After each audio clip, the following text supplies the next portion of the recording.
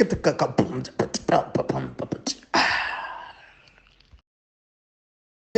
what is up? What is up? What is up? What is up? This is African Frame Podcast. Wow, man. Rob and I have been doing this for a minute. I think it's been 9 months, if not 10. I'm just not sure. But thanks for everybody who's been supporting us, who's been commenting, liking, sharing, subscribing, clicking the notification bell icon, commenting on our TikToks and all of that. We truly appreciate it. If you are new, just know that African Frame, we're basically dissecting films. Any film that you can think of from any genre, whether it's animated, whether it's crime, thriller, suspense, autobiographical, hood, anything. we dissected. Who is Rob Sibeko? Rob Sibeko is a writer, he's a director.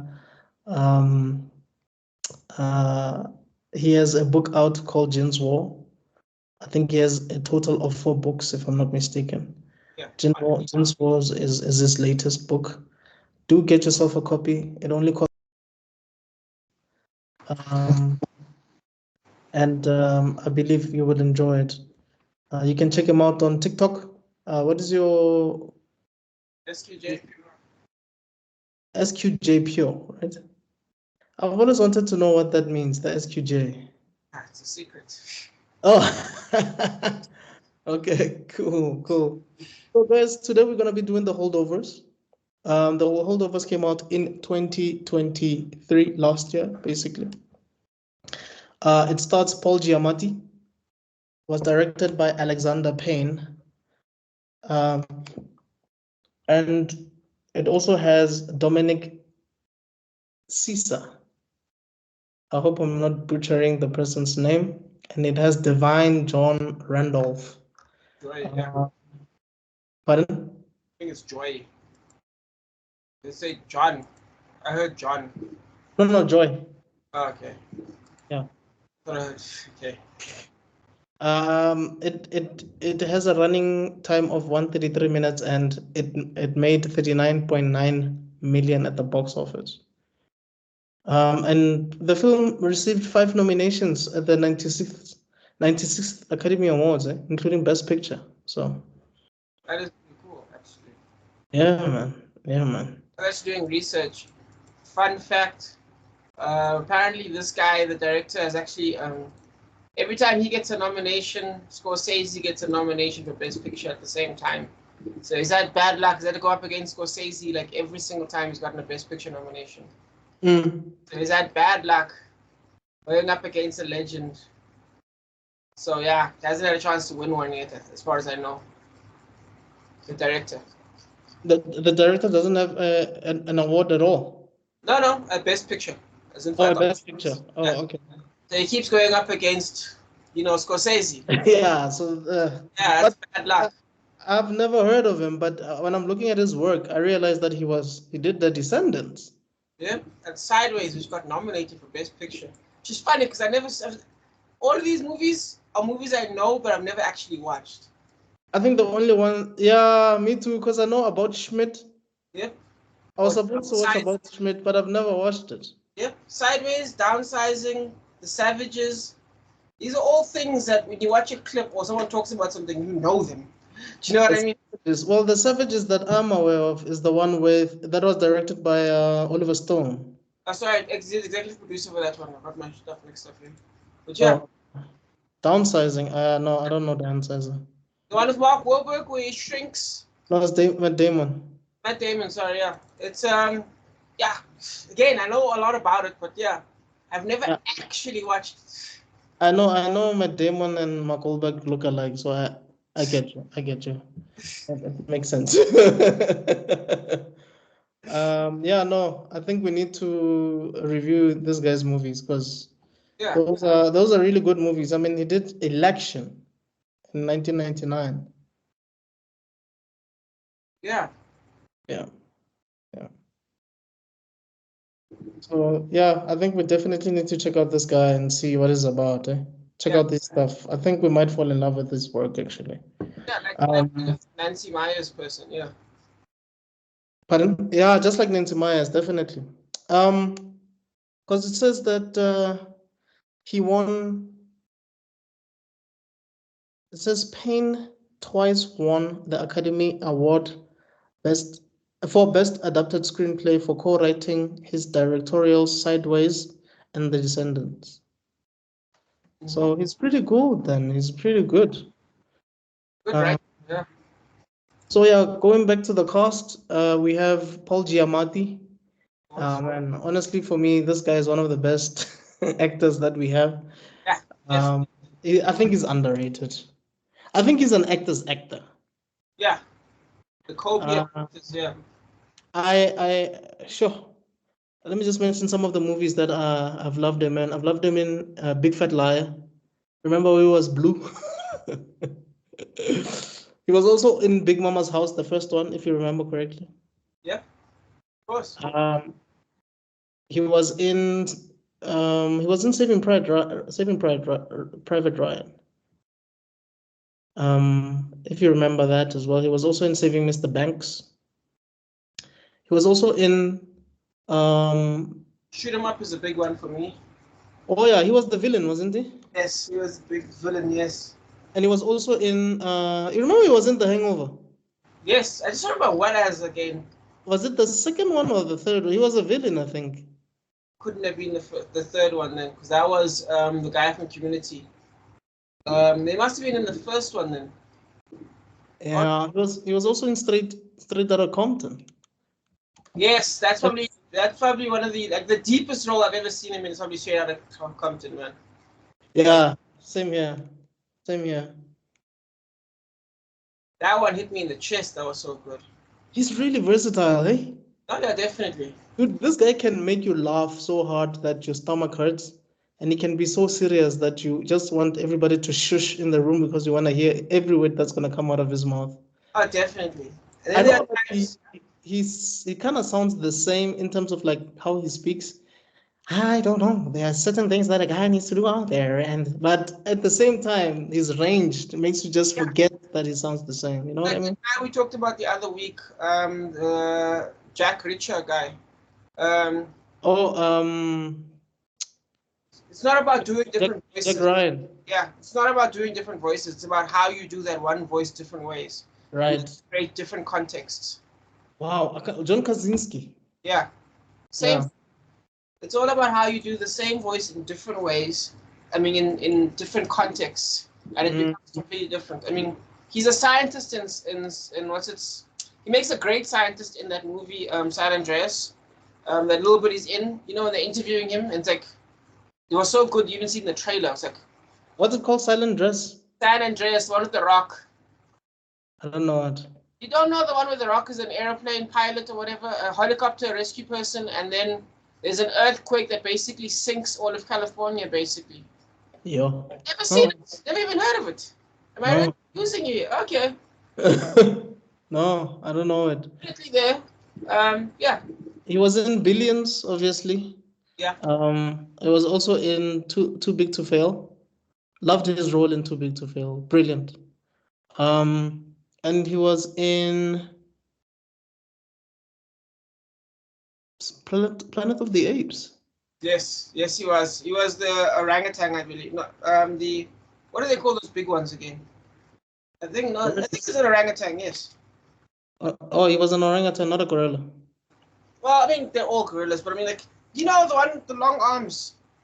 He plays as. Have you watched Planet of the Apes? No, I get what you mean by orangutan. Yeah. I haven't watched You're talking about the one by who directed it again? Matt Damon, whichever one. Huh? That was Mark Wahlberg. That was Mark Wahlberg. Whichever one.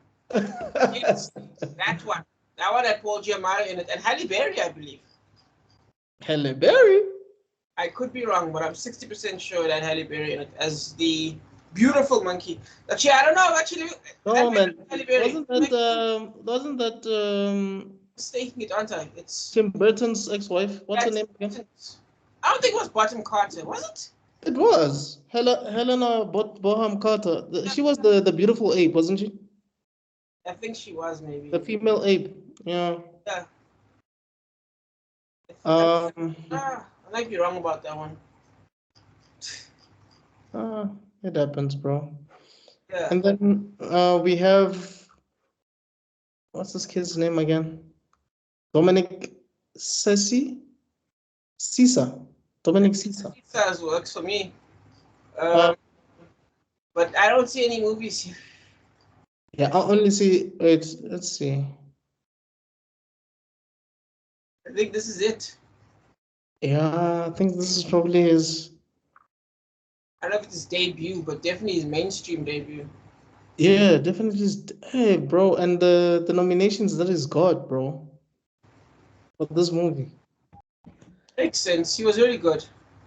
Yeah, he was. He was You really know, actors like him remind me of people like Robert De Niro. I remember watching a video about Robert De Niro a long time ago where he was talking about, like, he was giving acting advice, and he said that for him, his method is he's not trying too hard to be someone else. Hmm. He just tries too hard. He's just in the moment, and his reaction is just him reacting to something, not trying too hard to react in a different way. No, no, he just reacts the way he would normally react if he's reacting to something. That makes sense. So I feel like this kid, in his authenticity, Yeah. that's what brought his character to life. That's what made sold us to his acting. Hmm. And then you have Divine Joy Randolph. What a beautiful woman, man. She was in Office Christmas Party. You remember that movie? I think it's a comedy. I believe. No, I don't know that one. Is that the one with Seth Rogen? I think it's Jason Bateman. Okay, different one then. Okay, never mind. I know Yeah. there's a lot of office party movies. Even Jennifer Aniston is in it. Really? And then, yeah, maybe we should review it because I was actually thinking about the other one with Seth Rogen. I was thinking about it earlier on that we should review it with Joseph Gordon-Levitt, Seth Rogen, and Anthony Mackie. Okay. I'm not sure if you're familiar with that one. Uh-uh. It's a nice one. Yeah, and then TV wise, she was in Empire, High Fidelity. See a lot of TV stuff here, definitely. This Is Us. Yeah.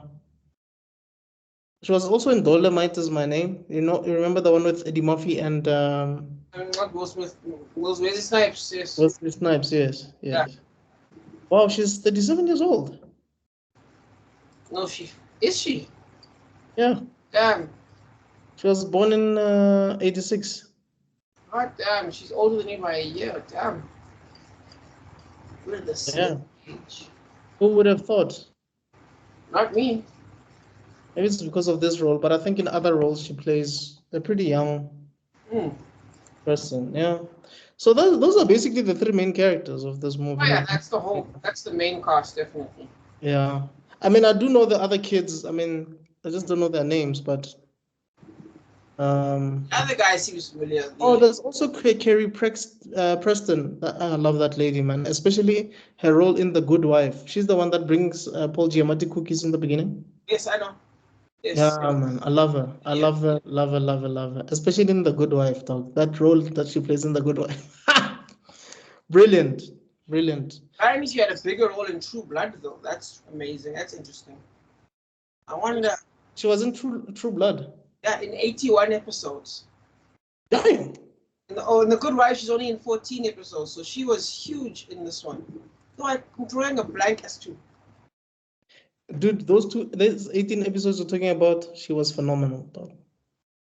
That's the thing I liked about The Good Wife. The Good Wife, for me, I always felt like the supporting characters eclipsed, some of them, they eclipsed even the main character. That's how good they were.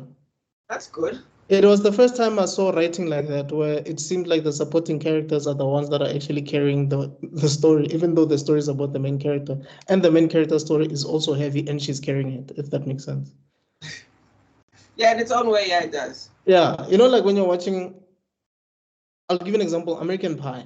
I've also seen the same writing in American Pie, where Jason Biggs, it's about him and his friends, and his friends are also main characters, and they also have their own subplots, like Oz. You know that Oz also has like a huge subplot. Kevin as well has a huge subplot. But at the same time, you're like,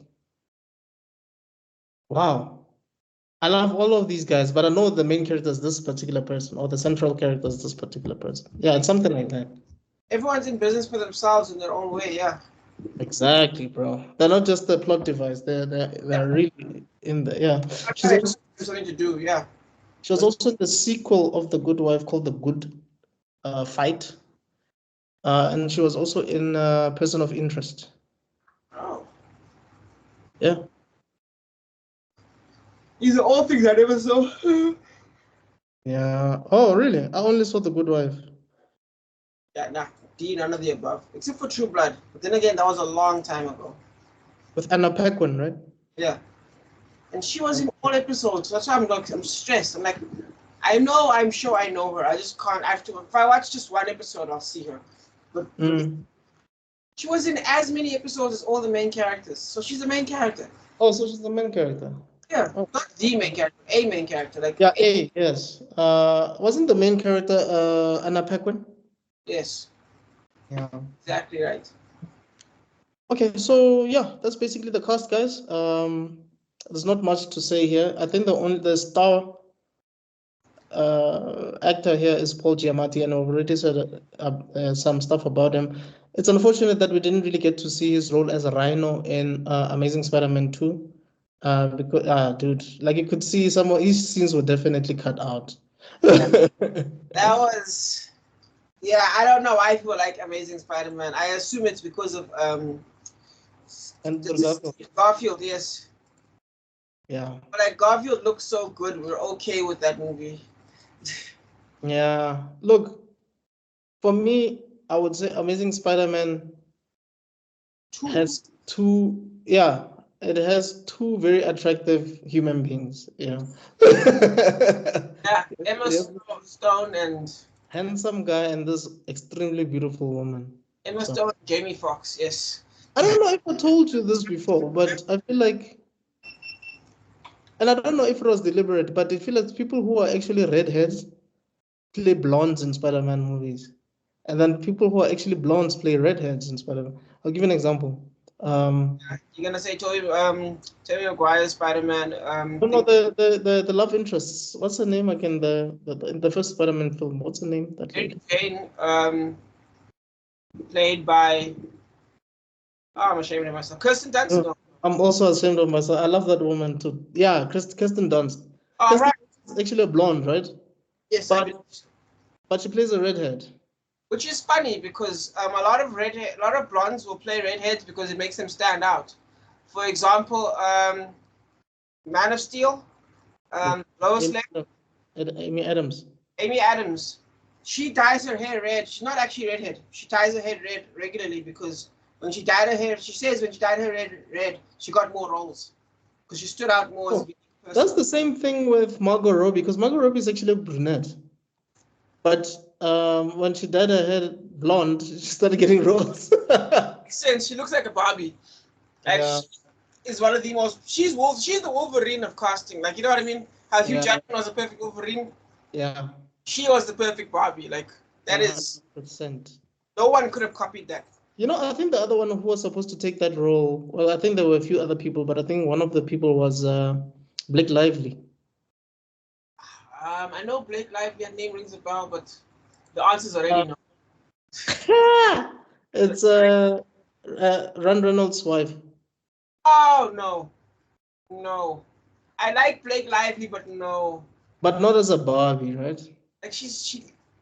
How do I put it to you? Some people look small, some people look big. If you know what I mean. Mm-hmm. Like Jason Bateman looks small. Like he looks like you could take him in a fight. Like, you know what I mean? Okay. Like he looks small, and then like Henry Cavill, even if he wasn't big, he'd still look big. Like, if that makes any sense. Like, you got a big face, you got a big look to you. You know what I mean? Like a big energy to you. I feel like what's her face? Barbie is a big character, and I feel like Blake Lively is beautiful, but I don't think she could handle the bigness of being Barbie. Do you know what I mean? Like, visually. Do you think she's an A-list actress? Yeah. The only problem is I don't think I know her in enough things to be like, oh yeah, definitely. You know what I mean? Yeah, that's why I'm asking, because sure, I do know that she was in what's that? Gossip So Gossip Big. Girl, yes. And that And was big. That was huge. But at the same time, it's not. that was TV, right? Yeah. But then she also did Age of Adeline, Mm-hmm. and she was in Savages, and she was in Green Lantern, which is another thing that I wanted to talk about. Like, have you noticed that a Hollywood couple, for them to get married, they have to do like a horrible movie first? Like, You have to do something together. Yes. like they have to do a movie that bombs. Yeah. Look at Ben Affleck and Jennifer Garner. They did Daredevil and they got married, right? Makes sense. Angelina Jolie and Brad Pitt did Mr. and Mrs. Smith. Nobody talks about it anymore. But Jennifer Aniston still thinks about it, but who? Jennifer Jennifer Aniston Aniston. still thinks about it. Wow, dude, you have to go there? Jeez. And then who's the other one that I'm thinking about? I was thinking about just now. Directors, aren't you? The old Underworld and Resident Evil. Those aren't two actors, but still, they fell in love on a terrible movie. Yeah. Even Blake Lively and Ryan Reynolds. They did Green Lantern and it bombed, but they got married. But then again, do you even remember Blake Lively in Green? Like even if you say it now, I'm like, what was she doing there? Like what was her role again? Do you know what I mean? Yeah. And if I remember correctly, she was like the boss's daughter. She was a part of the experimentation. And she wasn't a small role. Carol Ferris or something, that role. Yeah, dude, I remember not remembering her. That's enough. You know? But just to carry on with my thought, Bryce Dallas Howard is a redhead. Beautiful woman. Absolutely. She's the first Gwen Stacy, and she was a blonde in there. Oh. Yeah, and then they also had Shailene Woodley. You remember Shailene Woodley from Divergent? Yes. I don't think she's a redhead, but she was meant to play Mary Jane Watson. It's just that her scenes were cut out. So it's like there's a thing, man. There's an unwritten rule that blondes are supposed to play redheads and redheads are supposed to play blondes. It's weird. It's something that I just noticed. I don't know if it's deliberate or not. But you see, look at her already. I feel like that's already proving a point. I feel like she didn't have the X factor to carry the Divergent series. Like I feel like to carry what? Shailene Woodley. Like I feel like she didn't stand out. Now, to be fair, the Divergent series wasn't that good in the first place. One can argue that. But at the same time, I feel like she didn't have the X factor to carry it. She was. I mean, dude, have you watched The Fault in Our Stars? Yes, of course I have. How amazing she is in that movie. It's not an action movie. It's not an action drama. It's not a blockbuster. Oh, is that what you're saying? Like maybe she wasn't good at action. Yeah, the whole blockbuster thing. Do you know what I mean? I mean, I don't know. I guess it depends. Yeah, like how you were saying, maybe the Divergent movies are not really good from the beginning. I don't think that's the case. I think the idea is good. Maybe the execution, because you could say the same about Hunger Games. Is it that with Hunger Games? Mm-hmm. Jennifer Lawrence. Yes. I mean, especially for me, the best Hunger Games movie is the first one, in my opinion. And for me, it was in moments of silence that I was captivated by Jennifer Lawrence. You know, whether she's hunting something or she's planning something. Yes. So she didn't really scenes, and in a big way. Like Margot Robbie sells every scene in a big way. Look at Focus. Right. She sells every scene. Margot Robbie is a massive actor. I don't know how to explain to you. Like there's an X factor that Margot Robbie has. I get what you're saying. And Jennifer Lawrence has an X factor as well. Look at Silver Linings thing. Look at gosh, there's so many.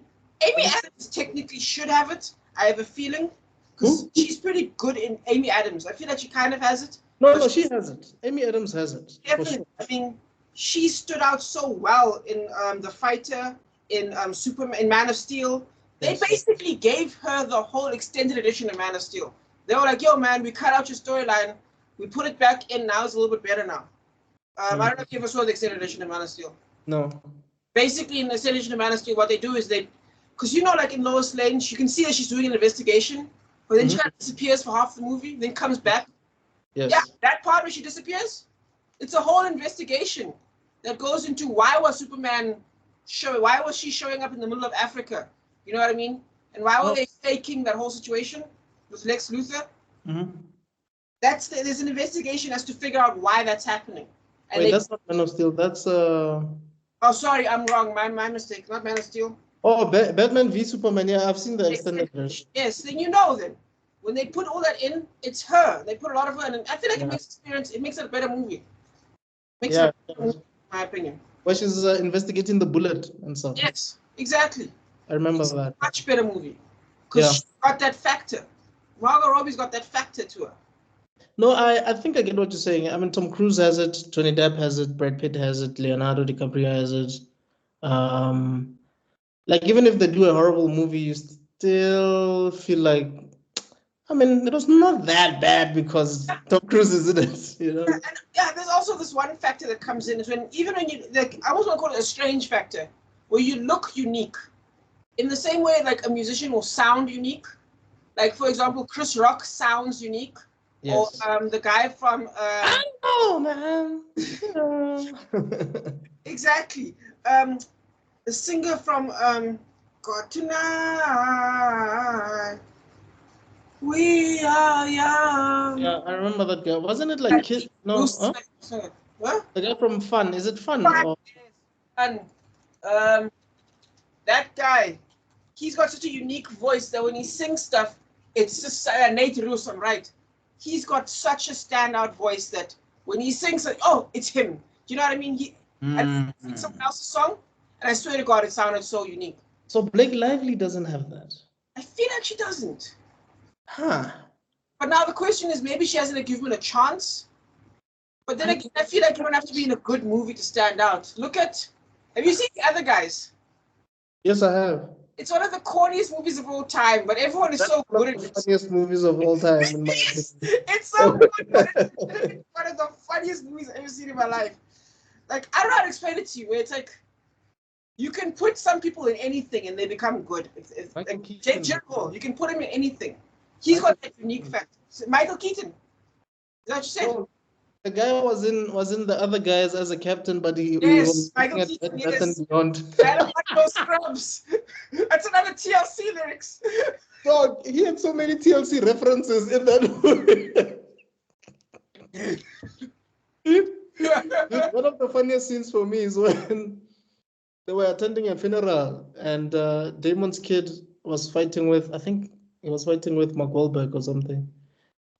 And he's busy chastising them, but whispering, hey, what are you talking about? Are you crazy?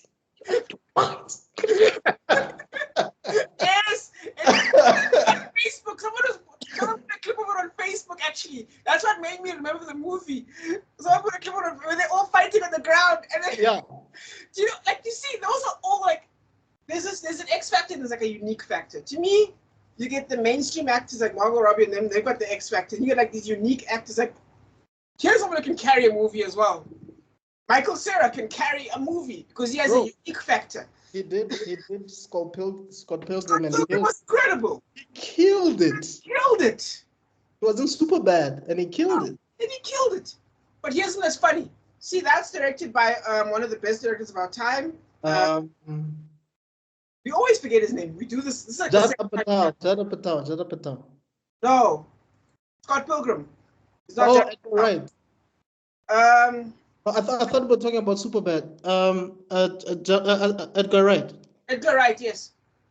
Now, Baby Driver was a fantastic movie, but I couldn't pick out the lead actor out of a lineup. I couldn't pick the lead actor out of a lineup. Really? I don't know. I think this is where you and I disagree about. Because what's his name again?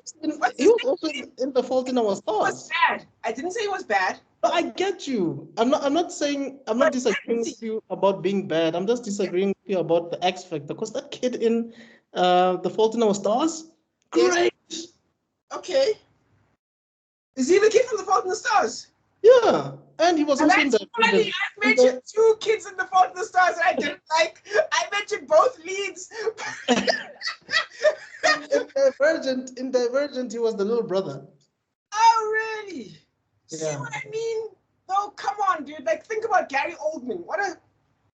Have you seen him in True Lies? Was it True Lies where he plays like this weird Rastafarian gangster white guy? He wasn't True Lies?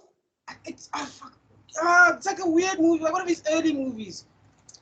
Like Gary Oldman is an X factor in my opinion. Like that man is amazing in everything. Oh, he does. He does.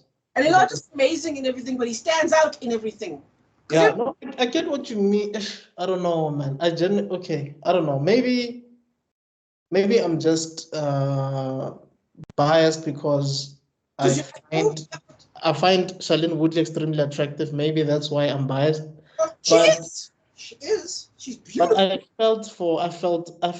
I loved her character in Divergent, and I loved her character in The Fault in Our Stars. But that's just me. Yeah, but come on. Okay, let me put it like this. If they put her opposite Will Smith in Hancock instead of Charlize Theron, who of course has the X factor, who absolutely has the factor, would it have been the same movie? Remember we had this discussion with what's it, Samuel Jackson and Denzel Washington? Her in Hancock. Do you know who Shailene Woodley reminds me of? Who? She reminds me of Lindsay Lohan. There's wasted potential right there. Lindsay Lohan. Mean Girls. That's what she reminds me of. She reminds me of Lindsay Lohan.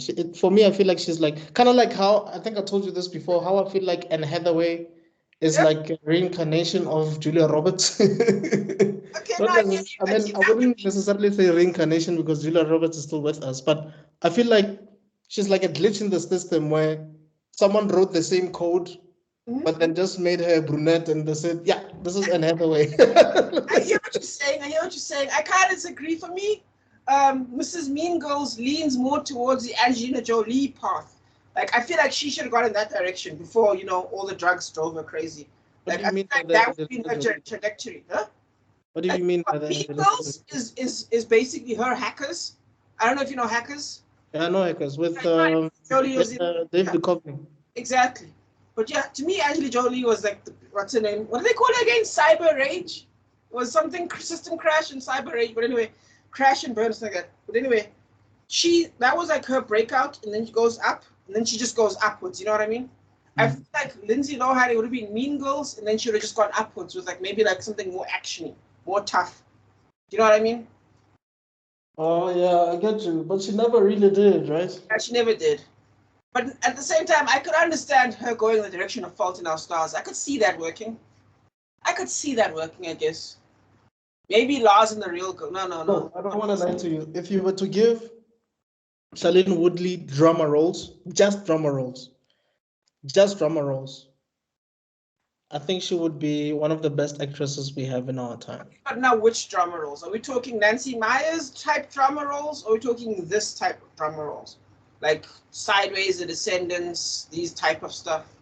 Maybe even the one we just saw now, Past Lives, those kinds of drama roles. Are we talking The Holiday? Are we talking Something's Gotta Give? Like those kinds of lines.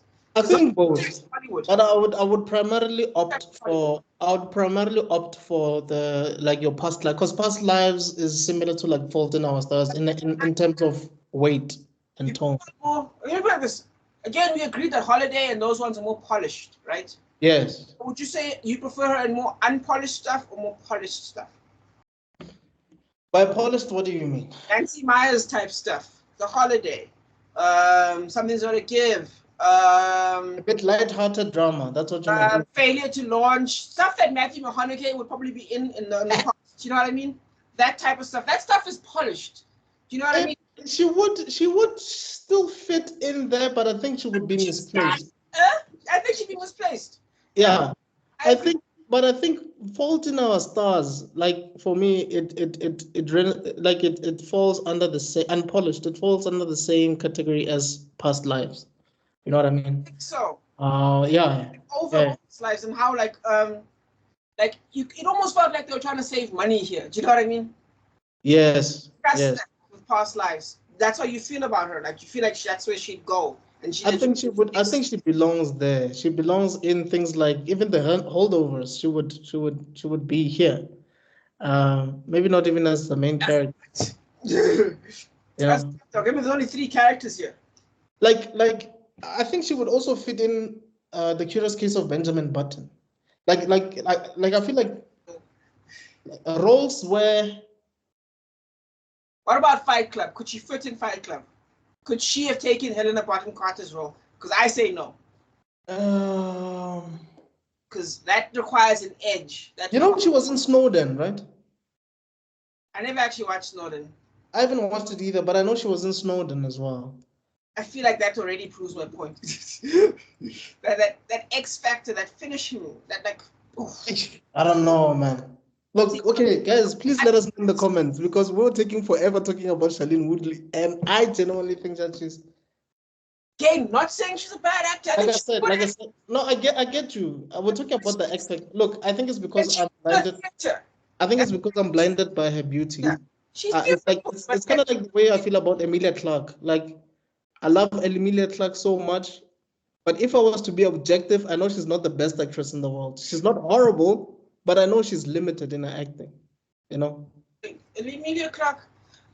Actually, you know what? I feel unfair. Something that feels unfair about Emilia Clarke. Something feels so unfair about that because I feel like she has the worst agent that's ever existed. I don't know how to explain it to you. What do you mean? Because she keeps being given all these big things, but they kind of suck. Yeah. And she made the most powerful character in a Marvel product, and the Marvel product sucks. She's I don't think it's just her. I feel like it's the Game of Thrones curse. Because almost everybody that is in Game of Thrones, when they go out of Game of Thrones and try to do something else, I mean, look at Sophie Turner. She played Jean Grey in don't even remind me. Apocalypse. They made Phoenix. The Phoenix. And it was a horrible movie. You know, like, I don't think it was her fault at all, actually, to be honest. She was brilliant. It's the agent's fault. It's her agent's fault. Like, look at Maisie Williams, Arya Stark. She was in The Mutants. Who watched that movie? Who watched The Mutants? Oh my God, yeah. You know what I mean? Then you have Rob Stark and Jon Snow in The Eternals, and it bombed. Yeah. Yes. So I feel like it's like a Game of Thrones curse of sorts, where once you do something that iconic, and agents feel like you're hot and they try to place you in anything, and you're just misplaced. Maybe what they should have done is just run away to theater for a couple of years. You know what I mean? Go do some theater stuff for Yeah. Look, I would say Rob Stark, maybe the nice thing that he did was Cinderella. Yeah, I guess. Yeah, I'm not gonna be mad at Cinderella. Yeah, look, Cinderella's, I mean, doesn't really require you to do much, but true enough.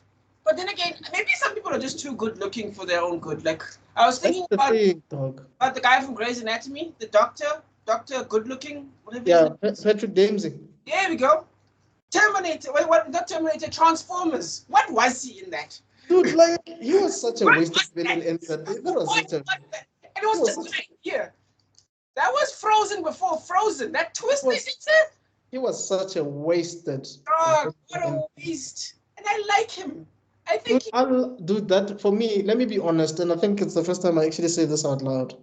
Yeah. He is the reason I watched Grey's Anatomy, because he has that X factor. You know what I mean? He does, yes. I saw him from trailers. I'm not even talking about like trailers. I was like, this dude is the reason I'm gonna watch this show.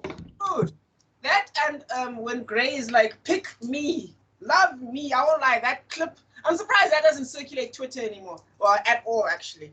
But that clip, I don't know if you remember when she like approaches him and like is like begging him to like, you know, dude, like first seasons of Grey's Anatomy are some of the biggest. I need to rewatch that. I would say like the first 7 seasons of Grey's Anatomy. Up to maybe the mass shooting. I think maybe up to there. I think that's where things go. Isn't that the 7th season? I think you're right. There was a disgruntled patient, right, who lost a wife or something. Yes, and then he shot up the whole area, yeah. Right? You're back. Yeah, I think that's where things kind of lost the plot. Yeah, I think I'm with you on that one. Yeah. God, it's still good, but it's just not Grey's Anatomy. Grey's Anatomy like it used to be, you know?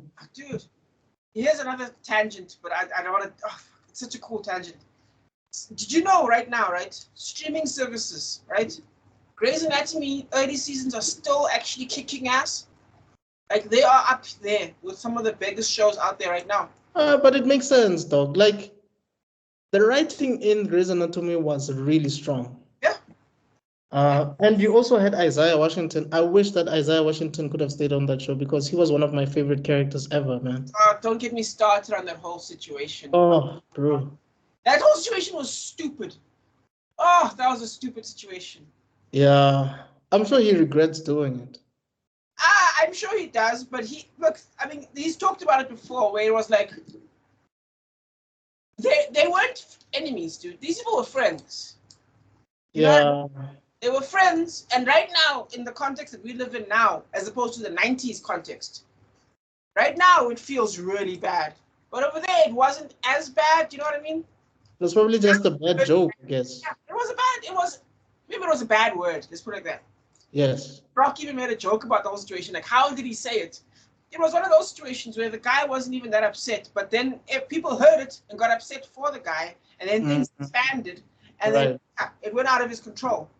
Because actually, it was before the time of canceling. It was before that time. Yes, and also I don't know, maybe sometimes you feel like these things are because for me it kind of feels like he was like the Terrence Howard of that thing, while Patrick Dempsey was like the Iron Man of that thing. Yes. Because if you remember, he was his rival, right? Yes, he was. And they are both juggernauts. I mean, remember, both of these guys were also like movie stars. Yes. The fact that he got cancelled so severely that his life changed is something I'll never fucking forgive Hollywood for, dude. Yeah, same here, bro. Forgive Hollywood for that shit. Same here. He was so okay, let me not say I wouldn't forgive them, but I would say that it left a bitter taste in my mouth. Yeah. Yeah. What I'm saying is not cool. Because you can't write a character like that, a character that powerful. Yeah. That strong. I mean, he was like second in command of that hospital, dog. Yes. Yeah, he was.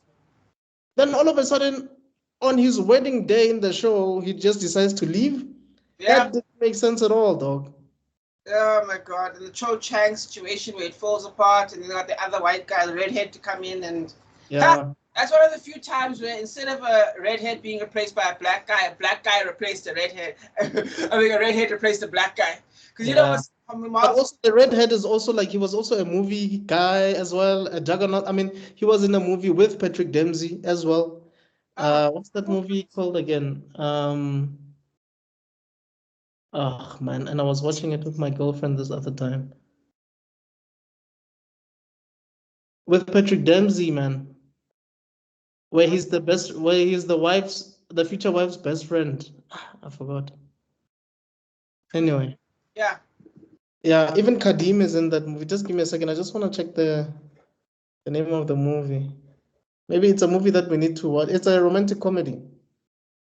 We've got so many romances to do. Dempsey and Kadim.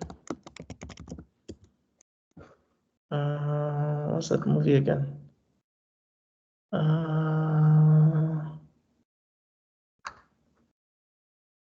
Man of Honor. Man of Honor. Yeah. Man of Honor. It's a good movie.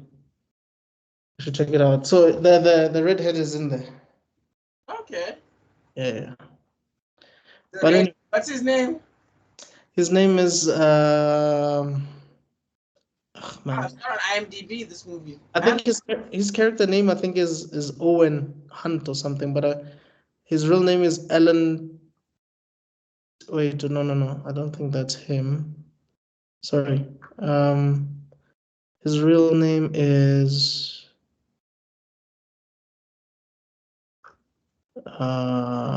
just give me a second. Man of Honor. I'm sure it's Man of Honor. I'm not getting a name of it. I'm getting Men of Honor. Is it not me? Yeah, Man of Honor. What's the guy's name again? Isaiah Washington. No, I'm not talking about Isaiah Washington. I'm talking about the redhead, Kevin McKidd.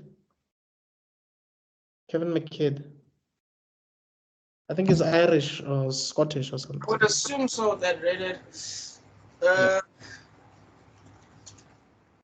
And he was also in Percy Jackson and the Lightning. Yes, he was. He was also in Trainspotting. Oh, Maid. He was also in Pardon? You say Trainspotting or Transporter? Trainspotting. The Ewan McGregor one. Yeah. There's a movie we need to watch. Young Ewan McGregor. Isn't Ian McGregor Scottish or Irish? Because the surname McGregor. I would assume. I want to say Ireland. Yeah. But maid of honor, yes, of course. Yeah. But anyway, that's a huge tangent. Because this thing started from like us talking about Blake Lively or something. Yeah, because there's only 3 actors in the movie. So what can we do? There's Yeah. 3 actors in the movie, which is fantastic. I think I would say maybe there's like 7, because if the 4th one is the lady who brought the cookies, like I said. The 5th one is the Asian kid. The 6th one is that kid who lost his glove, and the 2nd one is the bully kid. They disappear. Well, I guess you could say 8. Yeah, they disappeared through the first act, but yeah. Anyway.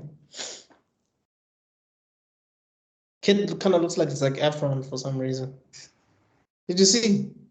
I hear what you're saying. The bully, he kind of looks like Zac Efron. He looks a combination of Zac Efron and the guy from American Pie.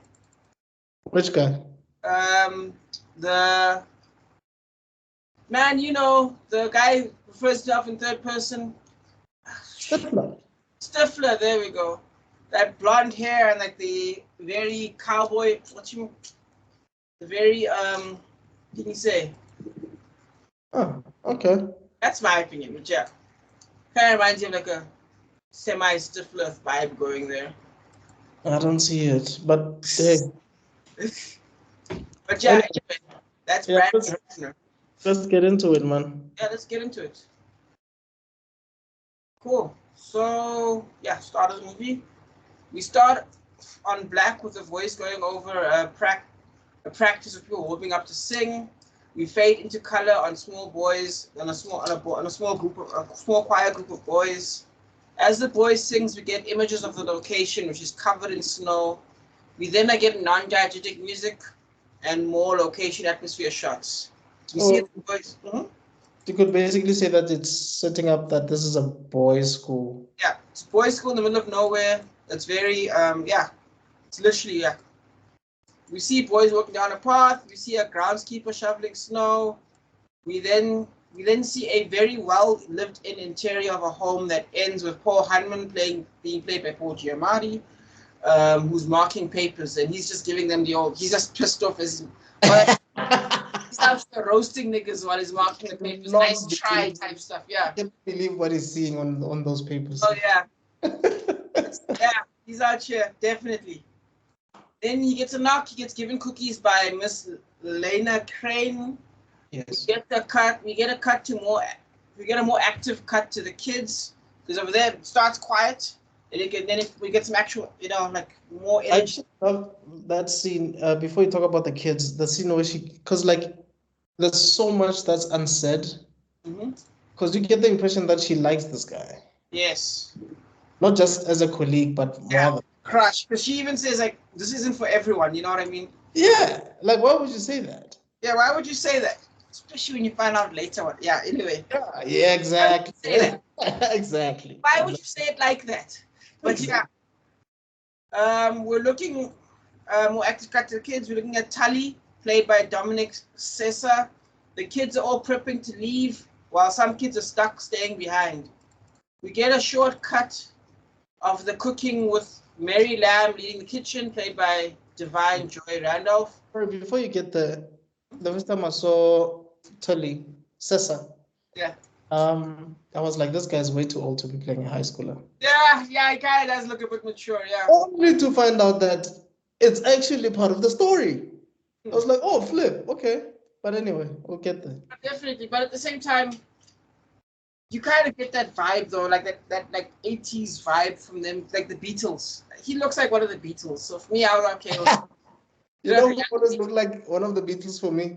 It's Howard in Big Bang Theory, dog. I always felt like this. You see that that Liverpool accent? So, how you doing? Yeah. We then cut to a breakfast with the kids and the faculty as they talk about who's going to be stuck with some unknown duty. 9 minutes in, we cut to Hanman being thanked for the staying behind duty.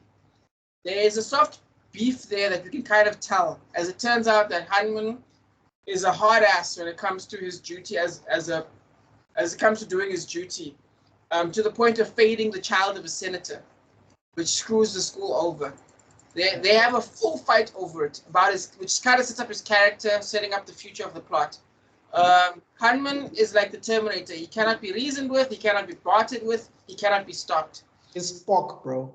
Dog. He doesn't care. To him, right is right and wrong is wrong. Exactly. Even though we find a deeper context for that, which I thought was very interesting. Yes. We get 12 minutes in, we get the kids again as they're waiting for the teacher, still class, the teacher being Hanum. When he comes in, he happily hands out their exam results. The first one is a straight F, right in big letters, right off the jump, just pow! Bruh, meanwhile, he's whistling, dog. Like, to him, it's just another Tuesday. He doesn't... dog. Like, he enjoys their misery. He's just having a great time. You see a disgusted look on their faces as we see F's, D's, and C's being handed out. Right. Students complain, and he graciously offers the kids a makeup exam, which will possess new material, all about making the new exam potentially even harder than the first one. And he gave them like a small grace period for that, like holiday. A week or 2 weeks. Yeah. It is a half day and everyone is leaving for winter, and they are about to open up a new chapter right before they leave, just before school's about to close. It's time to open a new chapter. Didn't Tully get like a B- or something? Yeah, you got a B-, yes. Yeah. Top student. The students are, of course, stunned by the course of events as their top student complains, and things fall apart as Hanman's like, oh, okay, is that how it is? And then he says, you guys all keep your grades. Yeah, you can keep your grades, that's right. Got a big mouth. Oh, sir, please continue. He's like, well, if you have an issue, please pick it up with your leader, Tully, over there. You play stupid games, you win stupid prizes, dog. That's it, bro. That's it. We cut to a church service, which mentions the death of a guy. We don't fully know who it is yet. We just know that it involves Mary. Someone involving Mary has died. As we get the final sermon, you can tell this is a period piece from the film stock that's being used, because like the film is grainy. You can tell, first of all, they're using film. It's grainy. The cars are all old. The haircuts are old. Everything. It's almost goofy how old it is. Fashion is old. Yes. Yeah. So you just get an idea, okay, this is really in the past. Angus Tully gets a call and he's shutting down the entire holiday.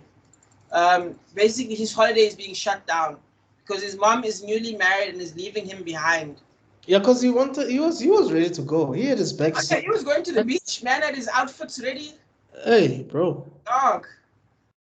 So he gets wrecked by that. Hannah is giving orientation and the future, and you can tell that the future is about to be tough for these kids.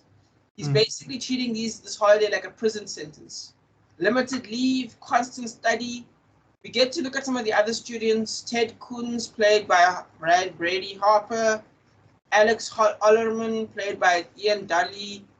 Yi June Park, played by Jin Kaplan. Michael Provence, played by Jason Smith. They all go over the reasoning for them being stuck, chilling together by the power. They go for a smoke. 24 minutes in, we get Hanman and Mary going over why they're stuck as well. So like these two scenes kind of set up, okay, this is why we're here. This is why you're here. Cool.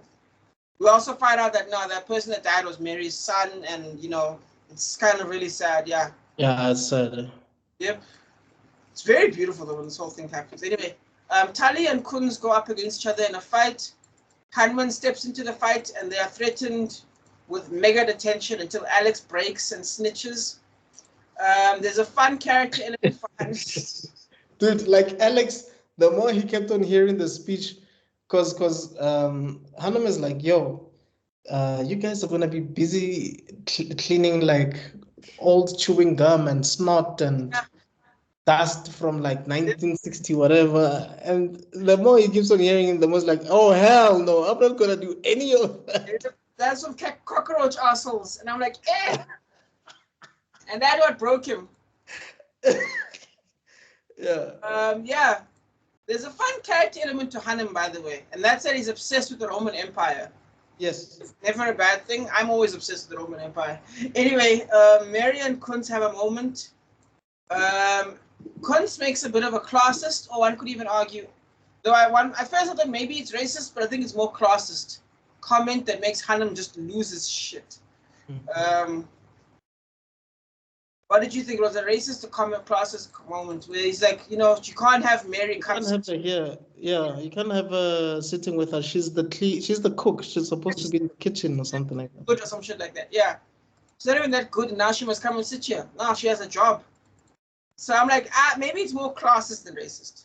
Yeah, I think it's classist because I think he's from a rich background, right? Yes. Yeah, he is. And the reason I don't think it's racist is because the Asian kid was there, and he was not racist to the kid. True, he isn't. Even later on, yeah. So I think it's that he doesn't understand why the cook has to be sitting on the same table. It's just I agree with you. Yeah.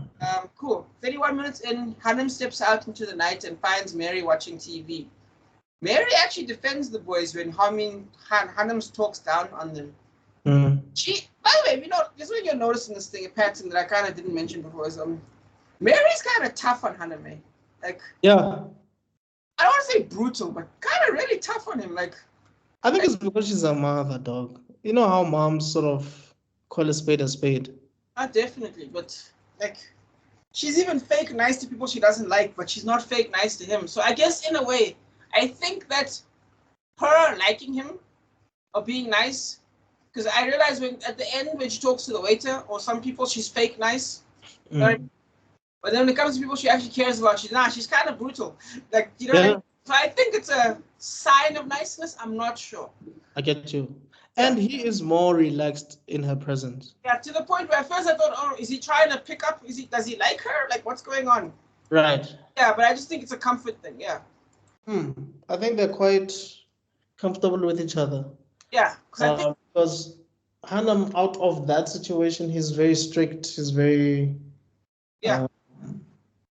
formal. Yeah. For the most part. Yeah. Unless it's with her, where they share alcohol together. So yes, definitely. Yes. Anyway, we go over the death of both of Mary's son and Mary's husband. We get a moment where we find out that Hanem has a semester with her son, and the son hated him.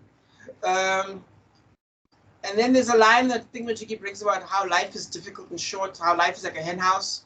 And then she brings back that line, like it comes like full circle. 35 minutes in, the story starts actually moving surprisingly fast considering the moments we've had. It's actually a lot of sharp cutting throughout this whole storyline, actually. The last movie, Past Lives, you got a lot of lingering on moments. Right. Like, we stare at this, we stare at this. Nah, just cut, and we're moving. Anyway, we're woken up by a bedpan gong. We use the bedpan as a gong, and the kids are forced to jog and then study. They get a break, a small break where they get to play outdoors for free time. Kunz is, of course, being a jerk and tosses Ian's glove for rattling him out. We then learn that Talia has been kicked out of multiple schools, and this is his last chance before he's stuck in military school. If you think about it, it's surprising considering how much of a higher grade he had over everyone.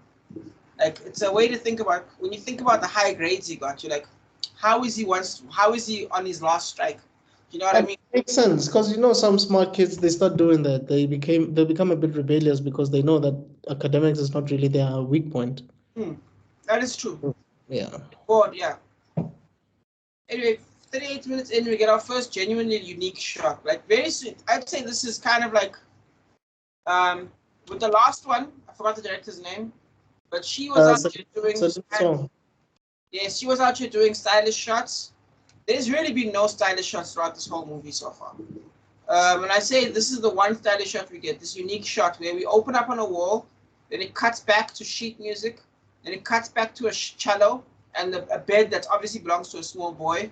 Right. We cut back to see that it's a boy's bedroom, and we cut back to see Mary by herself playing a puzzle by herself, and you kind of get like the story of this boy's life, and you realize, you know what, this area kind of was home. Yes. This was home for her.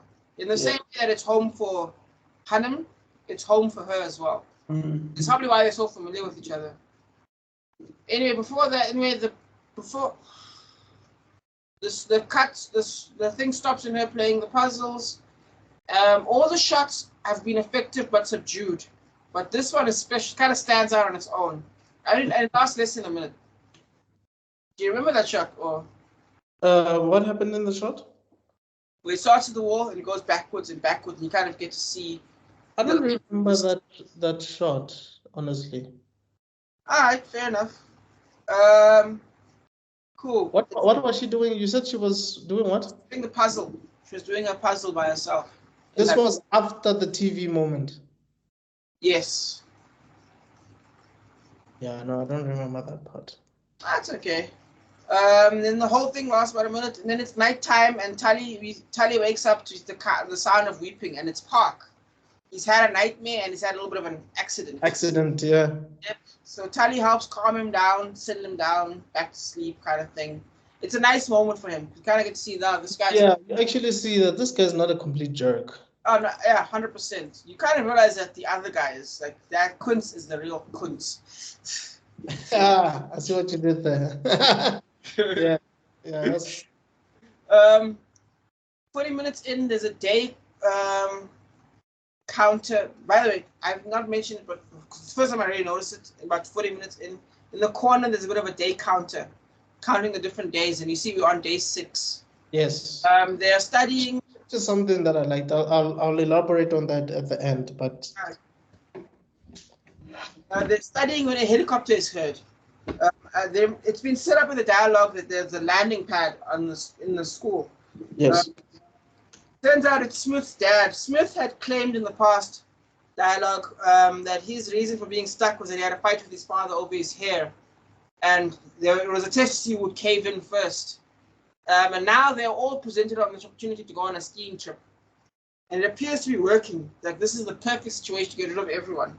But yes. Tully's family isn't responding. Yes. God, all the kids appear to be leaving, all but Tully. For 33 minutes in, all the kids actually leave. They straight up get on the helicopter and bounce, leaving behind. And we watch them fly away on the helicopter. They're now... screwed over. They're all in Mary's room watching TV. That same room we saw before, in that shot I was talking about. It's weird when I was seeing them leave, because I was beginning to grow fond of each and every one of them, especially the Asian kid. Definitely, yeah. And the Mormon for me. Yeah, both of those kids for me, they stood out, because especially the part where he throws his glove into the lake or whatever. I'm like, hey, yeah, this is foreshadowing for something big. Definitely, and Kunz is being such an asshole. Okay, we're about to sort this man out. You know what I mean? Yes. To me, this is the first act of that's. I hate. Okay, Van Wilder? There's a sequel of Van Wilder that I hate. Starring the Kuma one. Because he was in the first one, right? Yes. Ryan Reynolds in the first one. You hate cock and balls. All I'm saying is the second one sucked.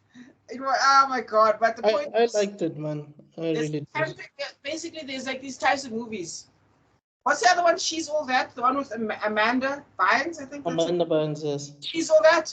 Where she pretends to be a guy and they play soccer? Yes, I like that too.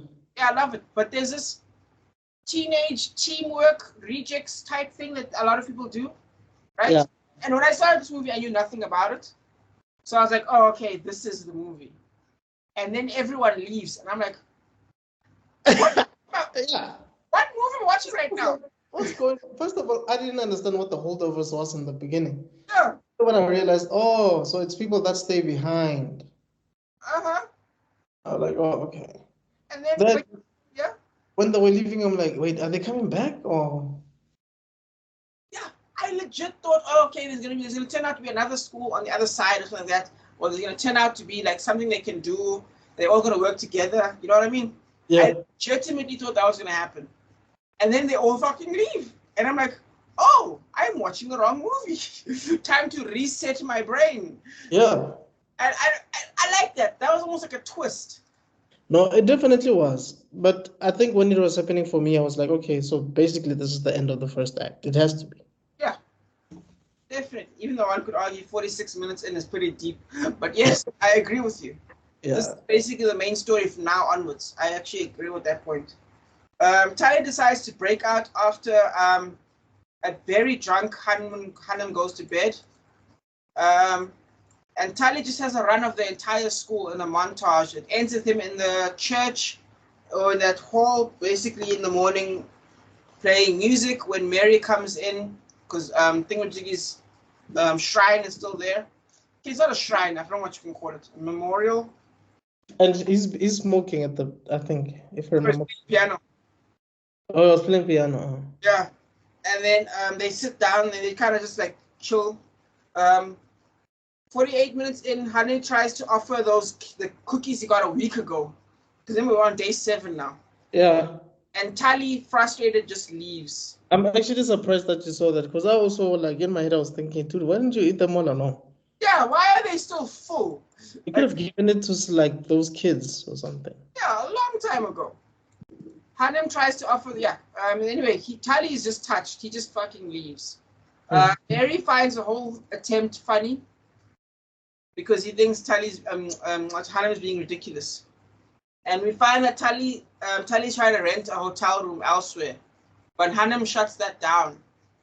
This leads to a fight where Tali leads Hanem on just an embarrassing chase across the entire school. Mind you, Hanem is the one that was waking them up in the morning, talking about exercise, good exercise, and it's just huffing and puffing. Woo!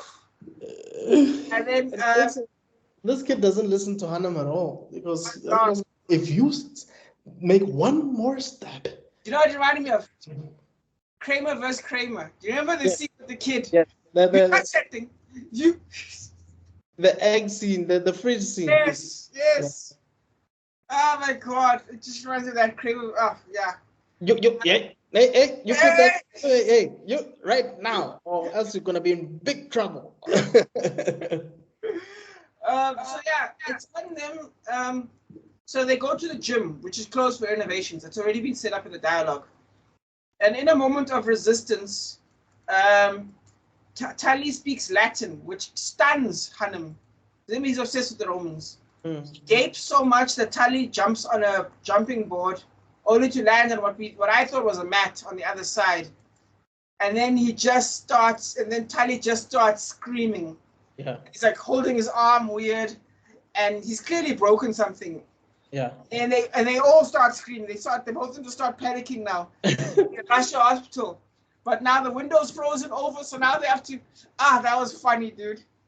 Oh gosh. And now Tali's busy blaming Hanem. Fuck. And Robin's like, dude, you're the one that did this. You should have stopped me. What does that mean? What do you mean? I should have stopped you, dog. It's like you're supposed to take care of me. Like, dude, Fuck. that's what I was doing. You were just I would have been swearing my ass off. What? Huh? You would have been doing what? I'd have been swearing. Because there's no way you can say I should have been watching you. That's what I was doing. Bastard. But yeah, anyway, turns out now they're both going to be in trouble, which is a good setup, because it turns out, because this man is on thin ice with the principal. So now they're both screwed. But then Tali decides to do a great performance involving the dad, calling Hanem the dad, and then, that helps them both out. As it turns out, it's just a guy can lie through his teeth like it's nothing. It's so funny the way he does that great performance, Oscar winning immediately. As it turns out, though, it's just a dislocated shoulder. They just have to pop it back into place, which they show in detail. Oh my god! Dog. I think the only thing they didn't really. They did, because there's a part where they show Giamatti and then we hear, and he's like, Jesus. It was great. I loved it so much. And then when they're leaving, Hanem is like a robot, dog. He's just like, I can't believe you lied.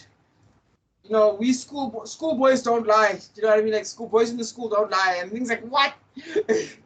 Yeah.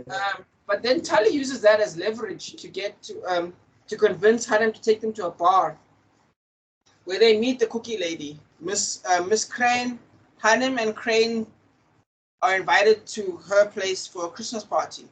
Right. Meanwhile, Tully has taken over and is at a pinball machine, and he's gotten himself into a fight, all because he was in a fight with a one-armed man.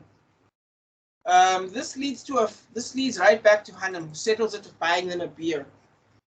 They're leaving 59 minutes in. They're leaving the bar. Tully is pissed about the whole beer thing. When Hanem tells him to wait, he tosses him the keys and remarks on the boy missing a hand, and that he probably got that from Vietnam, which brings him back to Curtis Lamb, Mary Lamb's son, and how, this kid is too privileged. Even though he's not as bad as Kuntz, he's just as privileged to not realize that that man probably lost his arm for a reason in the Vietnam War. Yeah. You're acting all spoiled and shit. The least you can do is buy that nigga a beer. You know what I mean? Yeah. And they're getting into the car, and then Tully's still pissed, and he's like, you stink, right? And this one caught me by surprise. Hey, dude, same here. Because at first it doesn't seem like an issue, it doesn't seem like a issue that he mentioned before, but there is a moment where Mary was talking about Hanem once being almost married and why it fell apart, where Mary's like, so the reason isn't because, and at first I thought, oh, you're talking about clothing. He's talking about the clothing. He's like, clothing. Yeah. Turns out his physique, like his shape, his body shape or what. Exactly, but it turns out no, it's a smell. It's a fish smell that's been coming off of him. Right. Because it turns out he has a condition where he's unable to process a chemical in his body, which results to a fishy smell. By the way, this is a midpoint moment where they appear to dig into each other. I would call this a midpoint low, as it effectively changes the relationship between each other, giving an element of context to their individual situations. Did you hear anything I said? Uh-oh. Sorry about that, man. I think you were still talking about the mid-low point. I think you were talking about we're talking about the smell. Yeah, we're talking about the smell. We're talking about the midpoint where they appear to dig into each other. I would call this the midpoint low, as they seem to effectively change their relationship about each other. There's new context to their relationship now. Yes. As they learn more about each other. Things start pretty bright before Mary scolds them for disappearing last night without calling. We get the groundskeeper or janitor, played by Danny, played by Naheem Garcia. There's a lot going on. The bald guy. Yes. Yeah. Wait, he's a Garcia. Yeah, he's a Garcia. I'm like, Naheem? So there's like a black guy named Naheem whose last name is Garcia, and I'm like, so nice. I feel like there's a story there. Anyway, he mentions, yeah? Definitely. Definitely. He mentions that someone vomited in the gym, and he leaves a bucket and a mop. Because they first try to play it off like, we have no idea what happened. And he's like, anyway, here you go. He's not touching that shit. I like it. Because he didn't buy it. It was like, come on. There you go. And they didn't even fight. I thought that was funny. Mary tells Tully about the party that they're invited to. Tully's upset about not going, and Mary calls out Hanem over the whole thing and his sense of fear. Like, what are you scared of? And again, we think that Mary's on his side about this girl situation. This movie blue-balled me, I swear. Anyway, they all prepare for the party, ending with Hanem using toilet spray to counter his condition. I'm just like, okay, clearly in the 80s, 70s, they didn't have roll-on, I guess.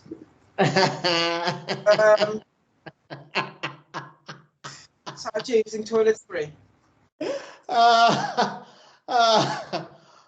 probably did, but the guy hardly leaves the school, so... Yeah, maybe, yeah. Take the kids there. We enter the party, and it's surprisingly huge.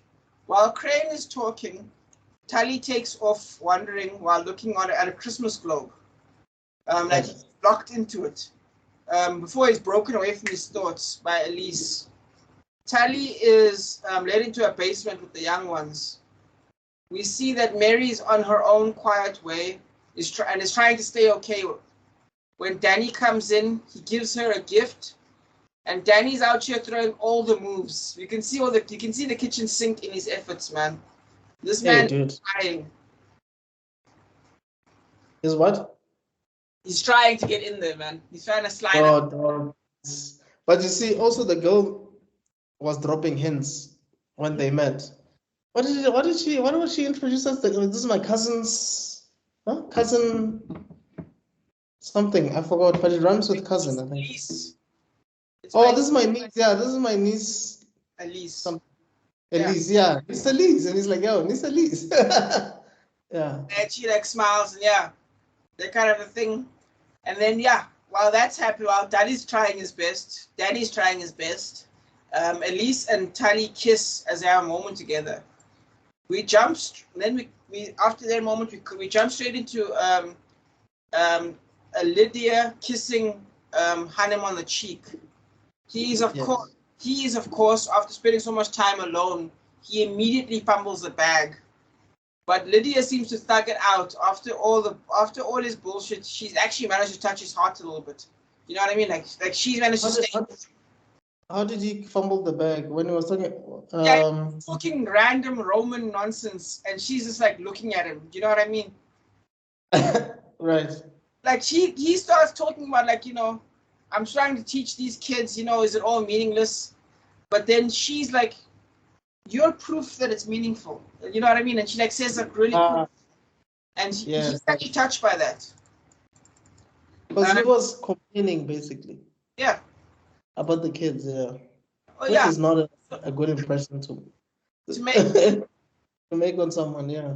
Exactly, but it's a nice moment of meaningfulness, where he's been there for 20 years and doesn't feel like he's doing anything for these kids when his mission was to do exactly that, something to prepare them.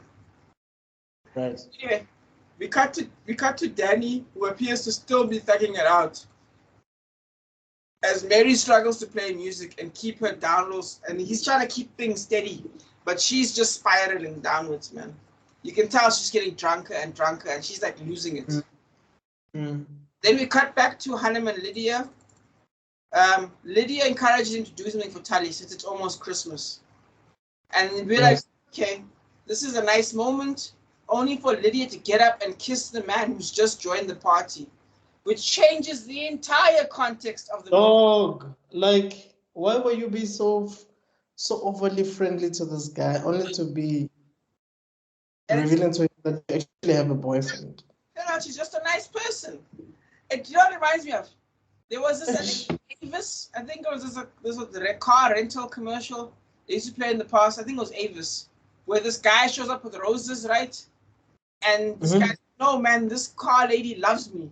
And it's like, no, she doesn't. She's like that with everyone. And it's and then it just cuts to her talking to the next customer, and it's sad with his roses, yeah, at Avis we give the best customer service. Do you know what I mean? Oh, I've never seen it. It for you. You'd be like, oh, I remember this. It's old. Yeah, but that's brilliant. That's brilliant. Yeah. So that's basically what happened here. Basically, turns out she's just a nice person, I guess. So yeah. So now, but Tally, before he can even absorb the horror of that situation, Tally comes running in. 1 hour, 15 minutes later, we cut to the kitchen. Mary has broken down. Now they're all in the kitchen. Mary is weeping over the counter. The death of Curtis is really hitting hard. And yeah.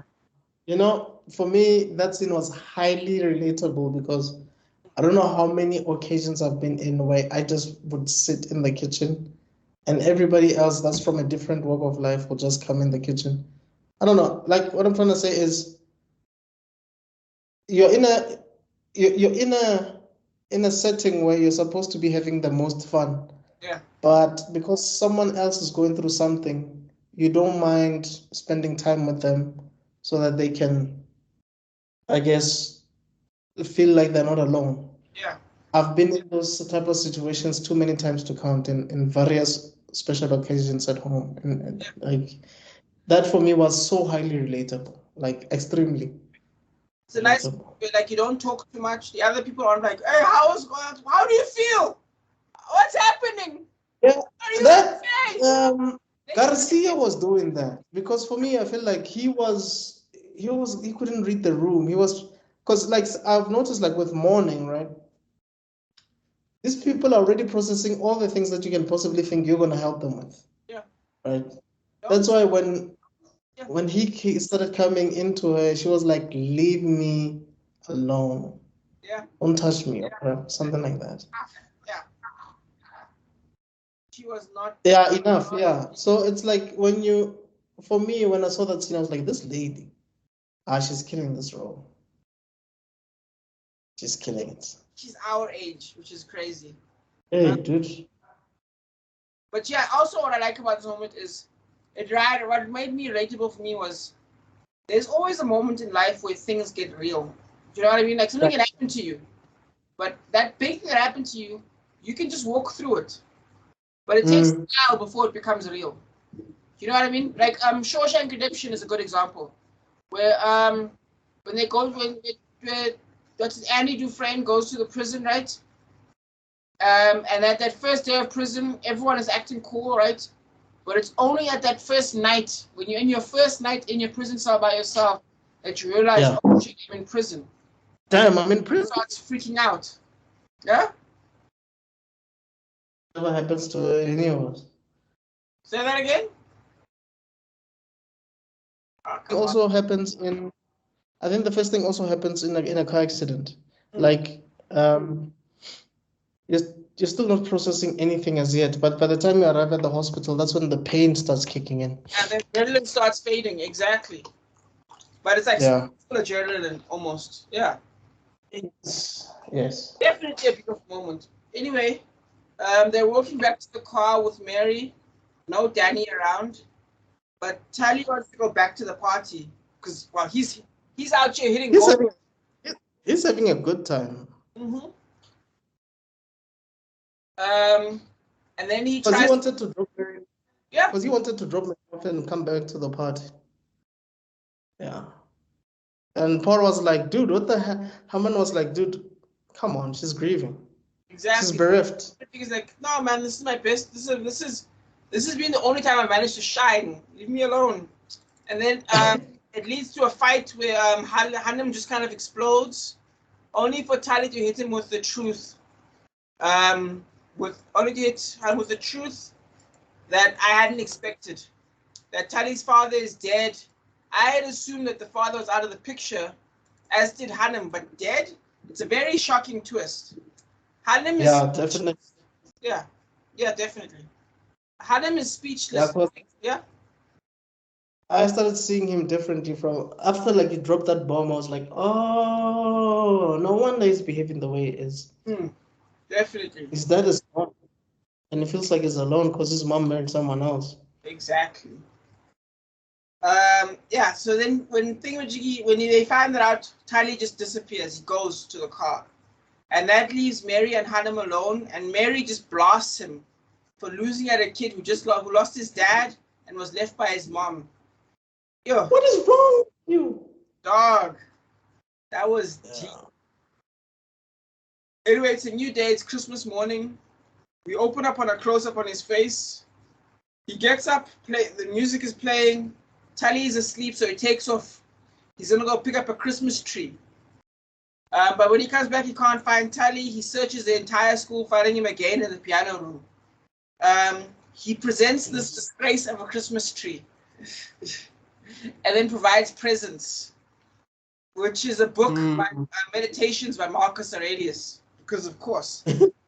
Yes. At first you think... And it's like, this book talks about meditation, but there's no God in it. Yeah, which is funny because Mary is religious, so it's so funny, right? Because like at first you're like, okay, maybe this is a meaningful gift because, they both speak Latin. Maybe it's, there's something heartfelt there. But then when Mary opens her gift and it's the exact same thing, I died laughing. I won't even lie to you. I died. Mary was like, oh, so you just bought everybody like this book? Yep. And he doesn't see anything wrong with it, actually. He's like, yeah. Yeah, because it's his obsession. The Romans are his obsession, so.